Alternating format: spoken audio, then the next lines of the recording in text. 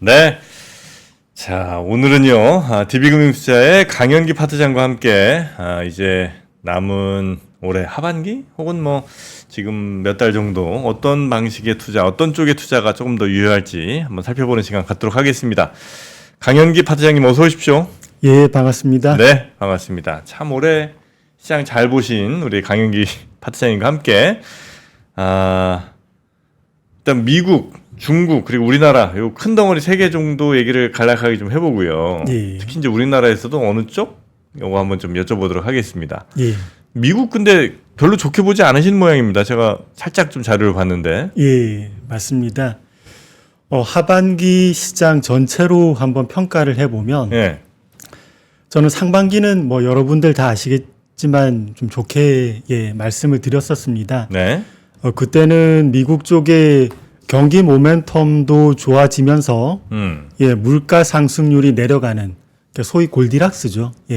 이러한 구도로 점차 이제 형성이 되어가고 있다가 올해 상반기 일정 시점부터 점점 모멘텀을 훼손하면서 물가가 내려가는 그 가능성이 점점 더 커지더라고요. 네. 이렇게 되면 하반기에 미국이 금리를 인하하더라도 이게 좋은 이슈가 이제 더 이상 아닐 수 있습니다. 예. 대신에 중국 쪽은 내수에 좀 방점을 두고 있고 이게 살아날 수는 있는데 네. 우리 시장 전체로 보면 상당히 조심스럽긴 하지만 이런 말씀이 업사이드 룸이 과연 지금부터는 많이 클까? 그거보단 리스크 관리에 초점을 두는 게 적절하지 않을까 이렇게 보고 있습니다. 네. 아까 말씀해 주셨던 그 미국 쪽 모멘텀 질문해 주셨던 거, 네. 그거 한번 설명드려 볼게요. 여기 도식을 한번 보면, 여기 제일 상단에 있는 거, 제가 올해 상반기에 미국 쪽을 비롯해서 시장을 아주 긍정적으로 평가했던 주된 이유입니다. 미국 쪽에는 주택이 좀 모자랐었는데, 일자리 많이 만들었고, 그 인력을 이민자로 많이 조달을 했었거든요. 네. 주택이 모자란데, 죄송합니다. 아이고, 아닙니다. 네. 주택이 모자란데 이민자분들이 들어오시니까 집값이 올라가고 주거비가 올라갔던 거죠. 근데 요즘에 점차 미국의 주택시장 공급이 늘어나더라고요. 공급 늘어나면 건설활동 많아지니까 경기 좋아지죠. 그리고 주거비 떨어지면 물가도 내려갑니다. 소위 경기 좋고 물가 떨어지면 이게 골디락스 형태니까 이 점에 있어서 아주 괜찮겠다. 하반기도 기대할 만한 요인이 충만하겠다. 이렇게 이제 생각을 했었는데 요즘에 일정 시점부터 미국의 고용시장, 요게 요즘 계속 말이 많은데, 네. 고용시장의 임금 증가율 하락하고 고용시장 조금은 더, 그 모멘텀이 둔화되면 사람들은 요즘에 물가 하락으로 포커스를 많이 맞추세요. 그런데 미국 쪽의 고용 둔화, 임금 상승률 둔화하면 소비력이 약화됩니다. 네. 그리고 또 미국 쪽은 전 세계에서 고용시장이 가장 유연한 걸로 알려져 있죠. 소비가 약화되면 기업의 매출이 줄고 기업은 매출 주는 것을 일정 부분 보전하기 위해서 이익을 보전하기 위해서 다시 또 고용 쪽에 손을 대기 시작합니다. 그러면 고용 약화, 소비 약화, 고용 약화, 소비 약화, 소위 피드백 작용이 일정 부분 움직여요. 그래서 이 경기 모멘텀 둔화가 이제 진행이 될 건데, 이러한 상황에서 금리 인하라면 저희가 긍정적으로 받아들일 수 있을까? 이 점이 좀 걱정인 거죠. 안에 데이터 한번 보면서 말씀드려 볼게요. 요즘에 주택시장 관련해서는 저는 크게 걱정하진 않아요. 왜냐하면 요즘에 이제 공급 많아지고, 그래서 요즘에 뉴테넌트 렌트 인덱스 신규 주거비가 요즘 많이 떨어지고 천천히 있습니다. 물 한 잔 먹을게요. 자, 지금 미국이 약간 좀 경기가 저무는 것 같다는 그런 느낌 이제 얘기를 해주시면서 특히 이제 주택 이야기 지금 이제 다루고 있고요. 목에 방금 끼인 게 잘 내려갔습니까? 말씀드리겠습니다. 생방송이니까 또 이런 일이 있네요. 미국에서 작년 4분기부터 주택 공급이 많아졌고 미국은 우리 한국하고 다른 게 단독 주택 문화죠. 그렇죠. 예. 그래서 집이 지금쯤이면 그리고 조립 주택도 많으니까 금방 나와요. 이렇게 돼서 건설 활동도 많아지고 주거비 떨어지고 5월, 6월엔 여러분 CPI 약간 오를 수 있습니다. 예. 그 기저 효과 때문에. 그런데 제가 계산해 보면 7월부터는 물가 많이 떨어질 것 같아요. 헤드라인 CPI 기준으로도 아마 2% 후반대 기록하지 않을까. 그래서 물가 관련해서는 크게 걱정은 없는데 네. 이제 고용 시장이 좀 이제 걱정이 됩니다. 고용 시장의 최근에 평균 주당 근로 시간 줄어들었어요. 팬데믹 이전의 그 하단 정도 수준까지 내려왔고 요즘 평균 시간당 임금 요것도 증가율 기준으로 계속 내려오고 있죠. 요즘 3개월 연속 내려와서 사람들이 4월 고용 보고서 발표됐을 때 그리고 시간당 임금 증가율 내려왔을 때 좀 좋아하셨어요. 네. 이것 때문에 물가도 내려오겠구나.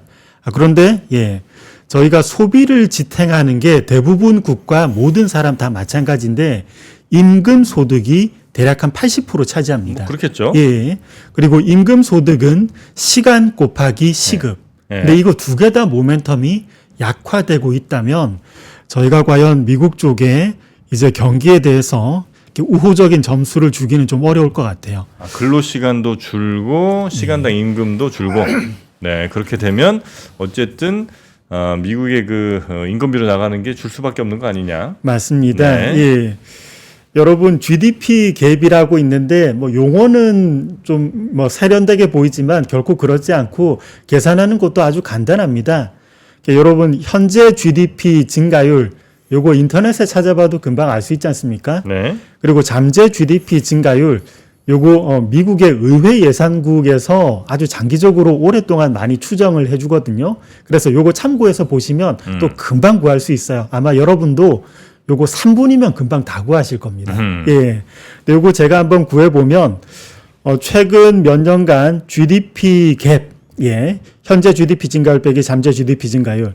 요게 저희가 팬데믹 직후에 2020년 이제 무제한 양적 완화하고, 네. 그리고 재정 정책도 요때 보면 2차 세계 대전 때에 거의 육박할 만큼 재정 정책도 쏟아부었거든요.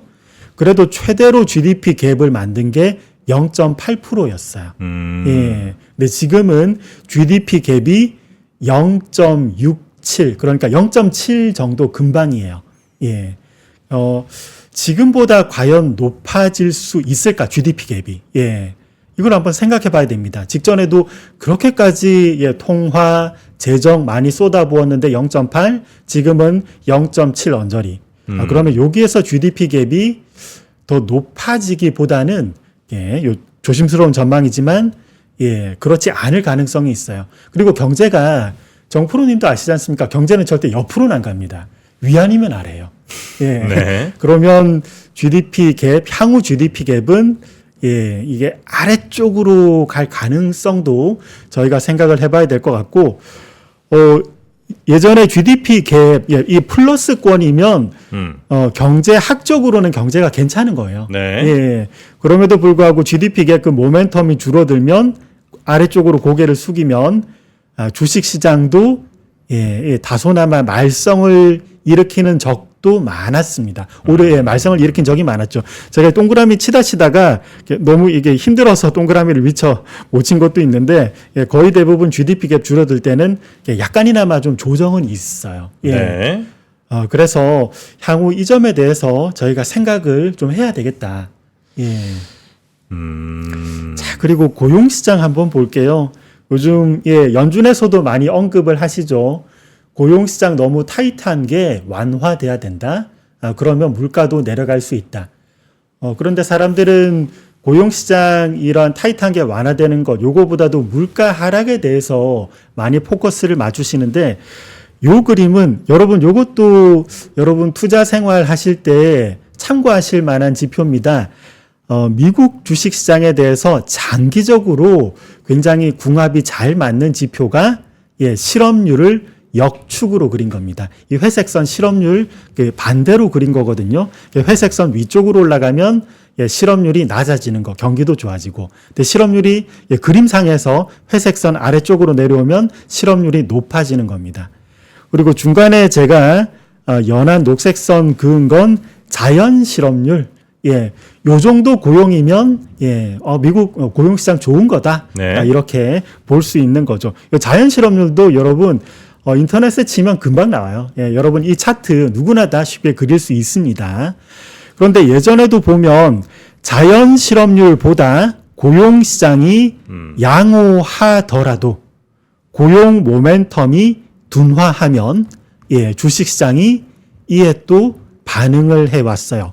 미국이 아까 말씀드렸듯이 고용 둔화하면 소비 둔화, 그리고 이 피드백 과정, 소비와 고용이 상호 긍정적인 영향일 때는 긍정적인 영향, 부정적인 영향일 때는 또 서로 또 부정적인 영향으로 그걸 강화하거든요.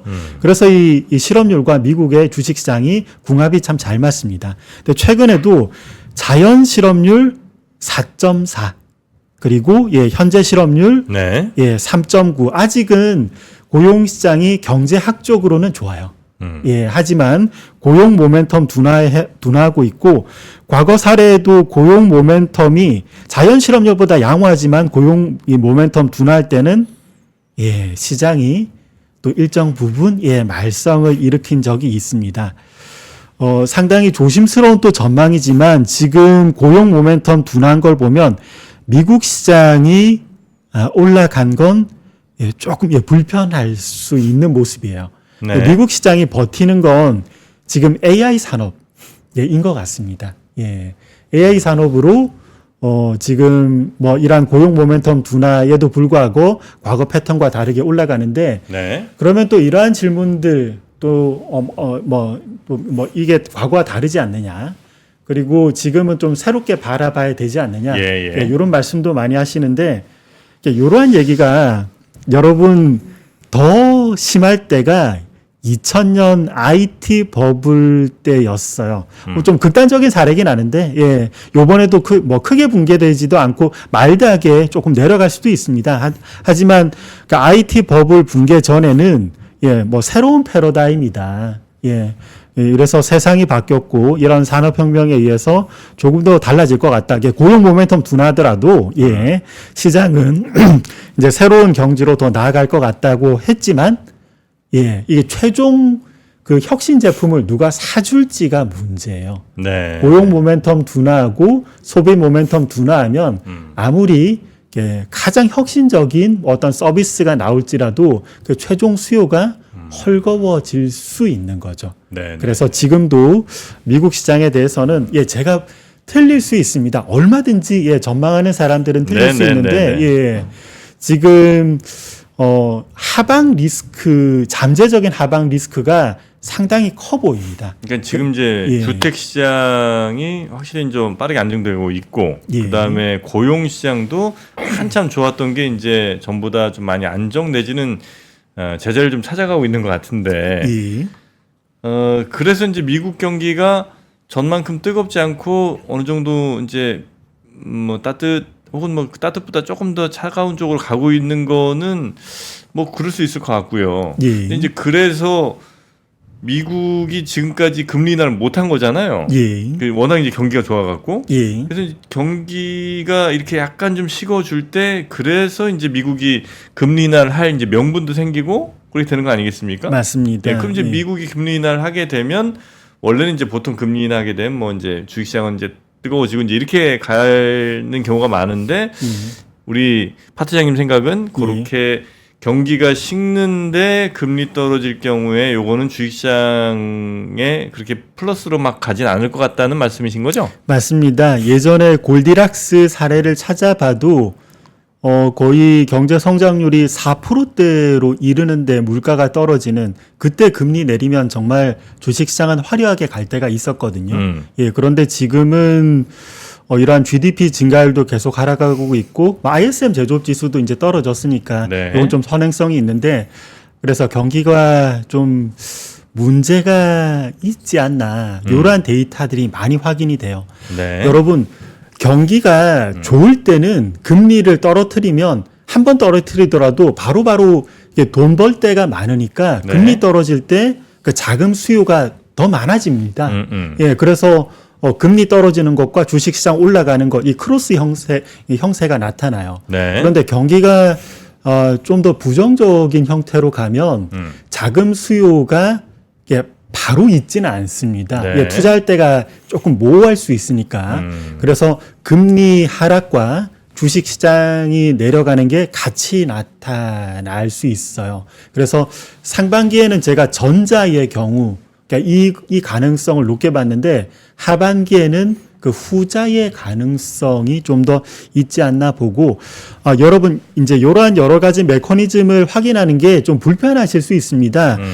그래서 한 번에 확인할 수 있는 지표를 소개시켜 드릴게요. 정프로님 샤메 룰이라고 들어보셨습니까? 네? 샤메 룰이라는 게 있습니다. 샤메 룰? 예, 이게 이분께서 클라우디아 샴이라고 미국 연준에서 근무하셨던 연구원이셨어요. 2007년부터 2019년까지일 겁니다. 인도 분이에요? 그 국적은 잘 모르겠습니다. 어. 예. 그런데 이분께서 굉장히 훌륭한 지표를 만들어서 유명해지셨어요. 간단하지만 대단히 잘 맞습니다. 이 지표 어떻게 만드냐면 실업률을 3개월 이동 평균 시켜서 네. 그 최근 값에서 실업률 3개월 이동 평균 시킨 그 직전 12개월 중 최저값 요걸 빼줘요. 예. 그래서 네. 이 값이 0.5를 넘으면 경기 침체 확률이 높은 겁니다. 무슨 의미인 거예요, 이거는? 예. 이제 저희가 실업률이 점점 올라간다는 건 경기가 조금씩 더 안 좋아진다는 거지 않습니까? 예. 예. 그런데 이걸 좀 스무딩 시켜서 실업률이 좀 안 좋아지는 속도가 가팔라지면 직전 대비해서 이 차이를 구하는 거니까 속도를 계산하는 거거든요. 예. 그래서 그 차이가 0.5를 넘어서면은 침체 확률이 높다는 건데 이게 굉장히 저희에게 빠르게 이런 경기 침체 가능성을 알려주죠. 그러니까 최근의 실업률이 이전 1년 동안의 실업률 가장 낮은 거 대비 얼마나 차이가 나느냐 맞습니다. 보면 예, 맞습니다. 최근에 얼마나 실업률이 빠르게 올라가고 있는지 알려주는 거. 맞습니다. 대신에 네. 이제 3개월 이동 평균 시키고, 근데 요즘 최근 값이 0.37이에요. 네. 예, 그래서 저희가 임계 허들하고 그 수준이 얼마 남진 않아서 이게 넘을 수도 있고 안 넘을 수도 있는데 이거 시청자 여러분들도 같이 관찰하면서 리스크 관리에 참고하시면 참 좋지 않을까. 요렇게 미국 쪽은 한번 정리해 볼 수 있겠습니다. 네, 그래서 우리 강영기 파트장께서는 미국 쪽은 뭐 주택 그다음에 실업률 등등을 이제 보건대는 조금 미국 시장 좋지 않을 것 같다. 경기와 시장 모두 좋지 않을 걸로 이제 보고 계신 거고요. 중국 빠르게 정리하고 한국 좀 여쭤볼 게 많이 있으니까요. 중국은 간단하게만 좀 보겠습니다. 알겠습니다. 중국은 제가 생각이 변한 건 없습니다. 예. 중국 쪽의 도식도 여러분 한번 같이 보시죠. 미국이 경기가 안 좋아서 금리를 인하하건 미국이 물가가 떨어져서 금리를 인하하건 모든 국가 다 마찬가지인데 금리 인하할 가능성이 또 높아져요. 네. 중국도 마찬가지겠죠. 그러면 중국은 이자 부담 내리면서 부채 연착륙시킬 수 있고 또 금리 인하해주고 유동성을 확대한다는 건데 그러면 부동산 문제도 일부 완화가 됩니다. 그러면 제가 또 3프로에서 자주 언급드리는 거 중국은 부동산하고 소비 심리 굉장히 잘 연동하거든요. 소비 심리 자극받아서 내수 소비가 살아날 수 있는 거죠. 여기에 관련 차트 몇 가지만 빠르게 한번 볼게요. 중국 쪽의 GDP 대비 기업 부채 220%에서 230%. 굉장히 높습니다. 네. 중국이 경기 회복을 위해서 기업으로 뭔가 할 수 있는 건 거의 없어요. 기업은 최대한 무리시키지 않는 범위 내에서 향후 패권 도전을 어떻게 하더라도 덜 망하게 해야 되는 거죠. 부도율이 최소한 이제 아주 좀 적게 이거 하는 게 최대의 목표고 대신에 GDP 대비 중국의 가계 부채는 우리 한국보다 좀 건전합니다. 그러면 이자 부담 낮추고 유동성 풀었을 때 중국에서 경기 회복할 수 있는 방법은 누가 보더라도 내수 소비밖에는 없는 것 같아요. 근데 최근에 금리도 빨리 낮춰야 되고 유동성 풀어야 되는데 중국의 M2 증가율, 뭐 광의의 유동성이긴 한데 요거 녹색선 보시면 예, 데이터 집계 이래로 역사상 최저 수준입니다. 네. 이 급한데 예. 왜냐하면 예, 당연하죠. 미국이 아직은 금리 안 내려줬지 않습니까? 예. 미국이 그런데 하반기에 금리를 내려주면 예. 그러면 중국도 예, 금리 내리면서 유동성 확대할 가능성이 높아지기 때문에 보통 중국은 M2 증가율 돌면 실물 지표는 시차를 두고 또 반등하거든요. 뭐 당연한 얘기긴 합니다. 그렇게 해서 하반기에 중국 쪽에서는 아까 미국은 샴 룰 같이 확인하자고 말씀드렸는데 중국은 M2 증가율 반등하는지 요거 확인하신다면 중국의 메커니즘 어느 정도 따라갈 수는 있을 것 같아요. 제가 볼 땐 돌 것 같아요. 예. 중국도 미국 금리 따라가요? 역사적으로 미국이 금리 올렸을 때 중국이 금리 내린 적이 한 번도 없습니다. 예. 알겠습니다. 예, 그리고 또, 네. 예, 여러분 요즘 좀 궁금하실 것 같아서 또 하나 가지고 와봤는데 요즘 중국 시장 반등을 했지 않습니까? 예, 상반기 때 예, 제가 중국 쪽을 좋게 봤을 때 좀 마찰은 많았습니다. 예, 그 당시에. 하지만 요즘 중국의 부동산 정책 일부 나오고 예, 중국의 최근 동향을 보려면 여러분 MOM 지표를 보세요. 그러면 좀 더 최근 트렌드를 알 수 있거든요. 큰 트렌드를 보려면 YOY, 최근 동향은 MOM. 그런데 MOM으로 중국의 70개 도시 주택가격 지수 보면은 아직 마이너스권이긴 한데 그 마이너스 폭을 줄이면서 올라오고 있고 이것에 의해서 반응하면서 주식시장도 상승합니다. 네. 근데 예, 이 부동산 시장은 제가 볼 때 수단이에요. 최종 목적지는 내수 소비입니다. 네. 예, 그래서 중국 쪽의 내수 소비 관련해서 저희가 하반기에는 예, 요거는 우리 한국 시장에도 어느 정도 버팀목이 되지 않을까 이렇게 정리해 볼 수 있겠습니다. 한국 시장 한번 볼까요? 한국 시장. 자, 한국 시장 한번 볼게요. 네. 예, 결국은 뭐 매크로 얘기 많이 했지만 네. 예, 실적으로 저희가 시장은 항상 화답을 하죠. 예. 요게 우리 한국의 상장사 분기별 영업이익 증가율 예, 전년 동분기 YOY로 제가 그린 겁니다. 예, 우리 한국하고 예, 궁합은 꽤 잘 맞죠. 한국의 이익이니까 당연하겠죠. 예, 제가 중간에 마이크 쳤는데 잘 나오는지 모르겠습니다. 예, 올해 1분기까지 제가 계산해 보니까 저희 한국의 예, 이익이 47% 나오더라고요. 잘 나왔습니다. 예, 47%면 굉장히 잘 나온 거예요. 그리고 2분기까지도 저희가 추정해 보면 괜찮을 것 같아요. 그런데 여러분 3분기 실적, 여러분 작년 3분기 실적 혹시 기억나시는 분 있으신지 모르겠습니다. 네. 작년 3분기 실적이 좋았어요. 아, 그래요? 예. 그래서 올해 3분기 증가율 기준으로는 이 조금 내려갈 수 있는데 미국 경기 모멘텀 둔화라면 보통 모멘텀 둔화라면 증가율이 내려오는 그 경우가 많거든요. 그래서 올해 3분기 영업이익 증가율이 조금 더 내려올 가능성이 좀 커 보인다. 네. 예, 요 점을 한번 저희가 고려는 해봐야 될 것 같아요. 자, 그러면 저희가 3분기 실적이 시장에 노출되기 시작하면서부터 시장이 조금 좀 리스크 관리를 해야 될 필요가 있는 그런 모습으로 갈 수 있을 것 같고 보통 3분기 실적이 노출되는 시점은 2분기 실적이 발표된 이후부터입니다. 네. 예, 저희가 여름 때 언저리 좀 더 많이 더워지면 그때쯤이지 않을까. 보통 이런 마켓 타이밍에 대해서 언급하는 건 제가 한 16년 정도 해보니까 잘 틀려요. 하지만 뭐 모두가 다 마찬가지긴 합니다. 그래도 최대한 논리적으로 접근해 보면 요 정도 생각을 해볼 수 있어요. 그리고 컨센서스로도 한번 볼게요.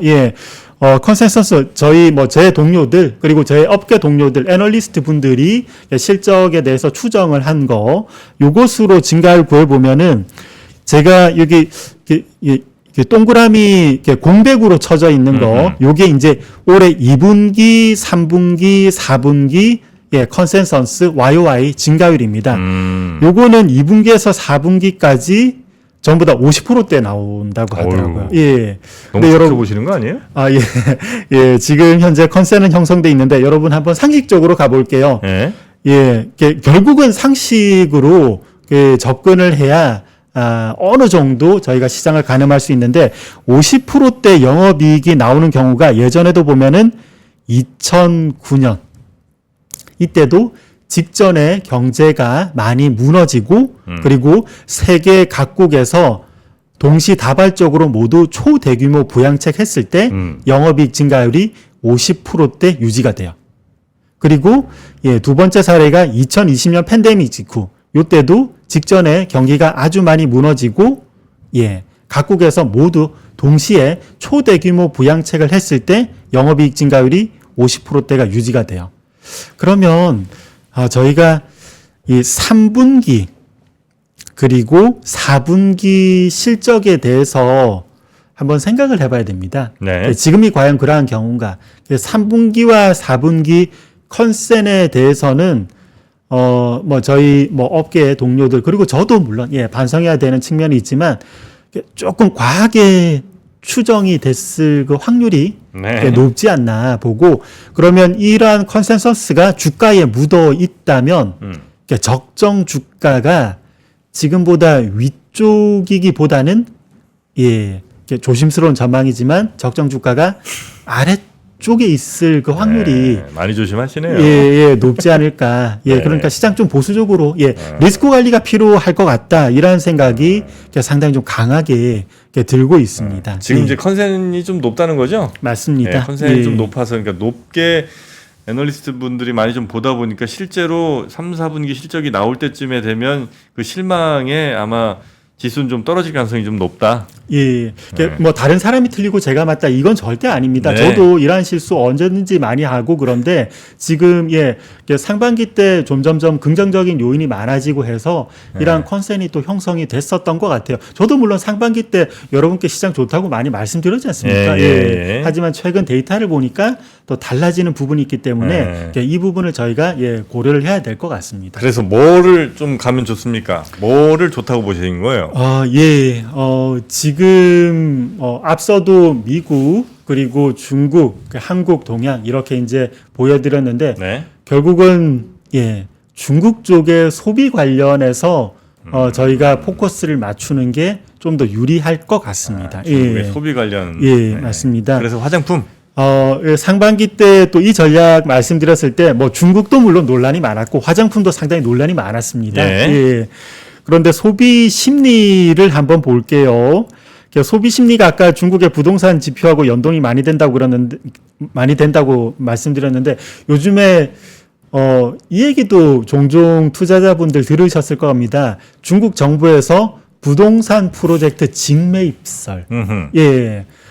이 직매입이 이렇게 해서 좀 이제 프로젝트 건수를 좀 줄이겠다는 거거든요. 시장에 나오는 이제 공급 물량을. 근데 이게 예전에 중국이 해 봤었던 경험이 있는 방법입니다. 예전에 1998년 한국 IMF 맞았을 때 중국 주변의 국가들이 전부 다 어려웠죠. 사실 전부 다 중국 주변 국가들은 국가 구도 사태 났고 중국도 굉장히 어려웠습니다. 그래서 중국이 그때 중국의 은행들이 부실 자산들을 갑자기 많이 떠안게 됐어요. 부실 자산 은행이 많이 떠안으면 돈도 잘 안 돕니다. 대출을 해줄 수 없기 때문에. 그때 중국 정부에서 해결 방안이 부실한 프로젝트를 매입했습니다. 그렇게 해서 정리할 거 정리했고 이걸 해봤던 방법이고 성공해봤던 방법입니다. 그래서 중국 쪽에서는 부동산 쪽의 공급을 줄이면서 부동산 안정을 시키고 있습니다. 그러면 부동산 정책이 나올지라도 이건 수단이고 그러면 이게 공급 물량을 줄이는 거니까 부동산과 연관된 철강, 건설기계 이거에 포커스를 두기보다는 중국 부동산 안정이면 소비 심리 개선되니까 소비 심리, 소비재에 좀 더 방점을 둬야 된다는 거죠. 지금 소비 심리를 보면은 아직은 상당한 저점에서 조금 올라왔어요. 아직 이러면 팬텀 디맨드가 있다는 얘기거든요. 잠재 수요죠. 그래서 이런 소비 심리가 개선될 때 화장품도 개선이 될 수 있고 한국의 저희 화장품 업종들이 미국에도 노출도는 어느 정도 있지 않습니까? 그런데 지금 시점에서는 다행인 게 미국 쪽에서는 저가형으로 접근을 많이 하고 있습니다. 요즘 올리브영 이런 거, 올리브영 타고 미국 쪽에 그때 한번 2020년 팬데믹 빵 터지고 일시적으로 소비가 극도로 붕괴됐을 때 그때 미국 쪽 주식 쪽에서 코스트코가 굉장히 잘 갔어요. 왜냐하면 소비가 상당히 좀 부진하고 그랬을 때 저가형으로 이제 코스트코가 각광을 네네네. 받았죠. 예. 그러면 한국 쪽 화장품, 중국 쪽에도 익스포저가 있지만 미국 쪽에 익스포저가 있는 그 부분에선 저가형이니까 네. 지금 미국 쪽 경기 모멘텀의 둔화에 대해서도 오히려 코스트코와 유사한 또는 얼추 비슷한 그 효과는 받을 수 있을 것 같아요. 예, 그러면 화장품은 하반기에 뭐 그렇게 너무 말썽을 일으키진 않을 수 있다. 기대 많이 반영되지 않았나요? 화장품은? 그래서 조금 더 좋게 보는 건 화장품도 물론 좋아 보이지만 상대적으로는 좀 더 좋게 보는 건 상반기에 제가 화장품 되게 많이 밀었죠. 그런데 하반기에는 음식료 어떠십니까? 투자자 여러분. 음식료도 최근에 막 뭐 삼양 막 빵빵 터지고 그랬잖아요. 음식료 종목별로는 좀 차등은 있고 밸류에이션이 네. 각기 좀 다른데 업종 전반으로 보면은 밸류에이션이 상당히 낮은 수준에 아직은 있어요. 그래요. 그리고 음식료가 좀 들썩들썩하는 게 결국은 요것도 비슷한 형태입니다. 중국에 익스포저가 있고 또 미국 쪽에도 요즘에는 뭐 효자 수출 종목으로 이렇게 이제 근데 이게 또 저가형이에요. 그래서 음식료도 맞습니다. 저가예요? 맞습니다. 냉동식품 관련해서 이제 맞습니다. 자, 그렇게 되면 저희가 미국 쪽의 저가형 아까 그건 이제 언급을 드렸고 중국 쪽에는 또 뭐 바로 직접적으로 뭐 수출 익스포저가 높은 뭐 오리온이라든지 이런 종목도 있지만 또 중국 쪽의 소비 심리 나아지고 그리고 그런 면들 이제 중국 분들께서는 이제 외식도 좀 이제 하시고 네. 그러면 육류 쪽에서는 중국 분들은 문화적으로 이제 돼지고기를 많이 이제 소비하시지 않습니까? 네. 그럼 한국 쪽에도 음식료 기업 중에 일부 또 이제 라이신 요쪽에 중국 이제 돼지고기 사료죠. 그래서 요쪽도 익스포저도 있으니까 CJ? 그러긴 합니다. 그래서 저희가 요런 종목들이 수혜를 받을 수 있겠다. 이렇게 보고 또 스타일 측면에서는 여러분 배당주도 한번 고려해 볼 수 있을 것 같아요. 배당주는 몇 가지 가정은 좀 들어갑니다. 어떤 가정이냐면 미국이 제가 이제 언급드린 대로 경기 둔화가 좀 더 나타나고 그래서 금리를 내리면 경기 둔화하고 금리 내릴 때는 배당주 퍼포먼스가 외로 또 좋아요. 요즘 배당 쪽에 또 이제 관심 받을 만한 기업들이 있기 때문에 배당 컨셉도 나쁘지는 않을 것 같다. 근데 배당 컨셉이 저희가 밸류업은 물론 정치권 관련해서 저희가 관찰해야 될 부분은 분명히 있습니다. 지금 밸류업에서 기업의 자율성으로 많이 맡기곤 있는 형태인데, 이제 기업들이 요걸 좀 더 이제 활성화하기 위해서 인센티브를 줘야 되면 세제 개편이 필수긴 하죠. 요거는 향후 지켜봐야 될 부분이 있지만, 요런 것들이 우호적으로 해결될 때 또 배당주도 저희가 또 시장 상황상 또 배당주도 괜찮아질 수는 있어서 요것도 스타일 측면에서는 언급드립니다. 여러분 최근에 최근은 아니죠. 좀 얼마 전에 나온 책인데 이 책과 제가 상관은 전혀 없습니다. 책 소개를 드리는 건 아니고. 아예 책 제목을 언급을 안 할게요. 뭔데요? 이게 주식 투자할 때와 멈출 때 신성호 사장님, IBK 전 사장님께서 이제 지으신 책이고 업계의 또 애널리스트로 대선배님이시니까 책이 나왔을 때 저도 이제 당연히 읽어봤죠. 근데 거기에서 이런 말씀이 있으시더라고요. 주식 시장이 상승 추세가 있을 때 투자자들의 종목의 선별 기준은 5번 바뀐다고 해요. 제일 처음에는 시장이 바닥권에서 조금 오를 때는 상당히 보수적으로 접근합니다. 가장 안전한 어떠한 종목들.